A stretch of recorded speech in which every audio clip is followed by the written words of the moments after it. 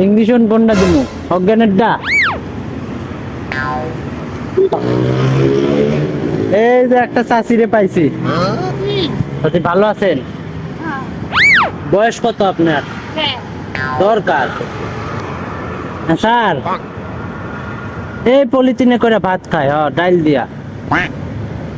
চাচির রক্তের গ্রুপ কি? দরকার। ঘটনা হচ্ছে আমি আমেরিকা যাবো চাচি। আমেরিকা যাবো তো আমার একটা কিডনি পেয়েছি আর একটা দরকার।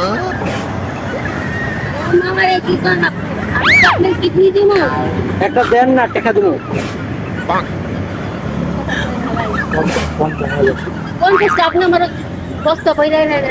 আরে একটা কিডনি দিলে মরে না।